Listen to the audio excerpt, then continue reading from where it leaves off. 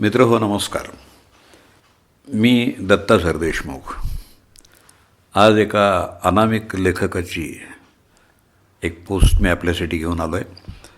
चिंता आणि नियंत्रण.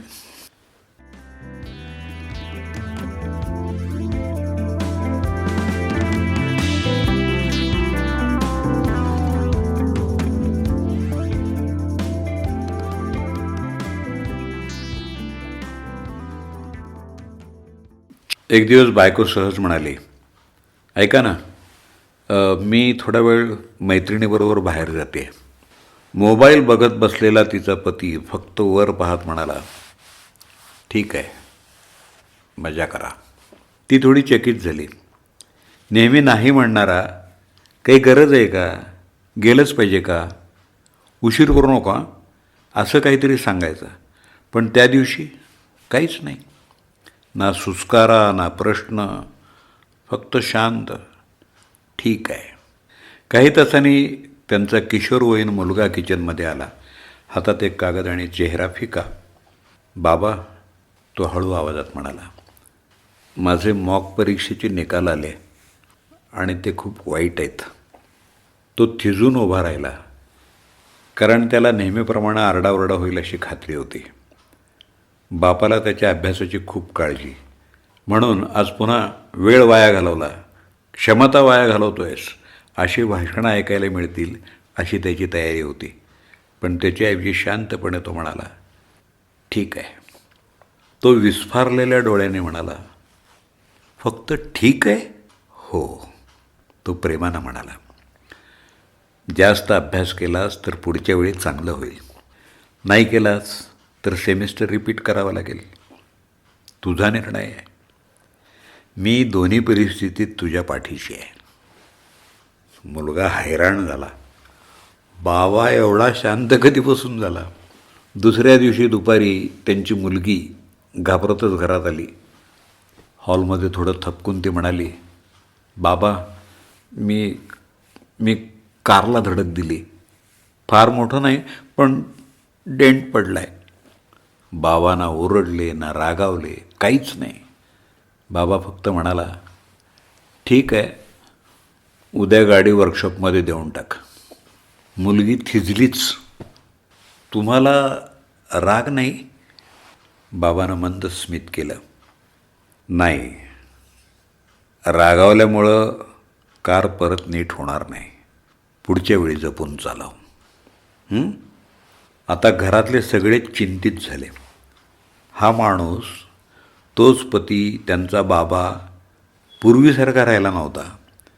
तो कधी तापट, पटकन तणावात येणारा, पटकन बोलून जाणारा होता. आता मात्र शांत, स्थिर, अगदी प्रसन्न दिसत होता. ते एकमेकात कुजबुजायला लागले. काही बिनसलं आहे का? बाबाची तब्येत बरी नाही आहे का? काही घडलं आहे का? शेवटी त्या संध्याकाळी सगळ्यांनी त्याला किचनच्या टेबलाजवळ बसवलं. ऐका, बायको म्हणाली, तुम्ही अलीकडे खूप बदललेले आहात. काही होतंय तरी तुम्हाला राग येत नाही, तुम्ही प्रतिक्रिया देत नाही. सगळं ठीक आहे ना? तो त्यांच्या चेहऱ्याकडे पाहत हसला. काहीच बिनसलं नाही. सगळं अगदी योग्य चाललं आहे. मला फक्त एक गोष्ट समजली आहे. ते सगळे शांत झाले. खूप वर्षांनी लक्षात आलं की प्रत्येकजण स्वतःच्या आयुष्यासाठी स्वतः जबाबदार असतो. बायकोनं भुवया उंचावल्या. काय म्हणायचं आहे तुम्हाला? तो हात जोडून म्हणाला, मी आधी प्रत्येक गोष्टीची चिंता करायचो. तू उशीर केलास तर काळजी, मुलांचे मार्क कमी आले तर अपराधीपणा, काही तुटलं तर राग, कुणी नाराज झालं तर ते ठीक करण्याची धडपड. मी सगळ्यांच्या समस्या माझ्या मानायचो. पण एक दिवस लक्षात आलं, माझ्या काळजीमुळं त्यांची समस्या सुटत नाही, फक्त माझी शांतता नष्ट होते. मुलगी शांतपणे बाबाचं बोलणं ऐकत होती. तो पुढं म्हणाला, माझ्या तणावानं तुम्हाला काही फायदा होत नाही. माझी धडपड तुमचं आयुष्य सोपं करत नाही, फक्त माझं कठीण करते. मी मी तुम्हाला सल्ला देऊ शकतो, प्रेम देऊ शकतो, साथ देऊ शकतो, पण तुमचं आयुष्य मी तुमच्यासाठी जगू शकत नाही. तुम्ही घेतलेल्या निर्णयांचे परिणाम तुम्हालाच भोगावे लागतात, चांगले असोत किंवा वाईट. तो क्षणभर थांबला आणि पुन्हा हसला. म्हणून मी ठरवलं, जे माझ्या नियंत्रणात नाही ते नियंत्रित करण्याचा प्रयत्नच करणार नाही. मुलगा पुढं झुकत विचारता झाला, म्हणजे तुम्हाला आमच्याबद्दल काहीच वाटत नाही? वाटतं, अगदी वाटतं.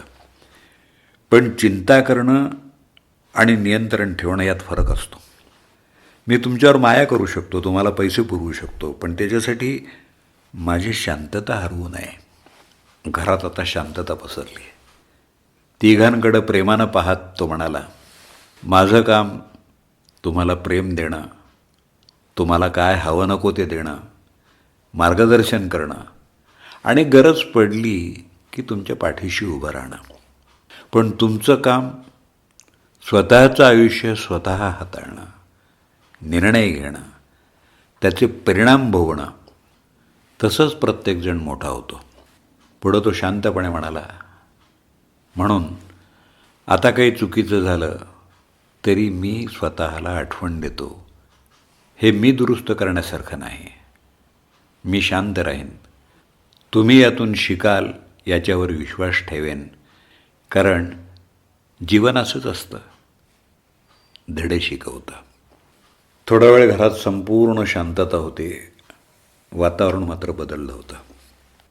बायको त्याचा हात हातात घेत म्हणाली, तुम्ही आज आम्हा सगळ्यांना काहीतरी शिकवलंत. तो हसला, कदाचित, पण हे मला स्वतःलाच आधी शिकावं लागलं. त्या रात्री सगळ्यांनी त्याच्या शब्दांवर विचार केला. मुलगा पुन्हा अभ्यासाला बसला. बाप ओरडला म्हणून नाही, पण जबाबदारी त्याची आहे हे त्याला जाणवलं म्हणून. मुलीनं स्वतःच कारची दुरुस्ती ठरवली आणि इन्शुरन्सची प्रक्रिया समजून घेतली.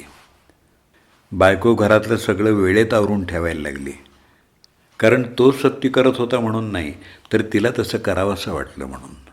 आणि हळूहळू घर हलकं वाटू लागलं.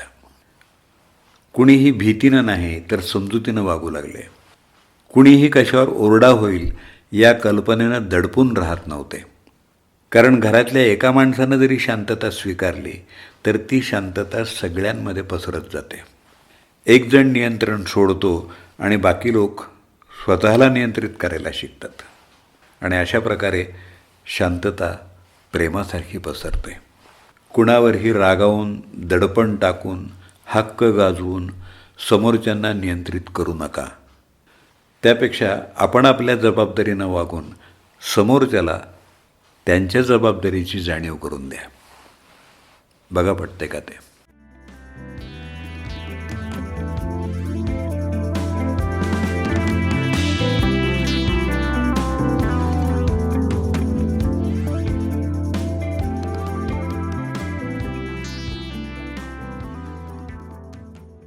चिंता आणि नियंत्रण या लेखाचं अभिवाचन आपण ऐकलं.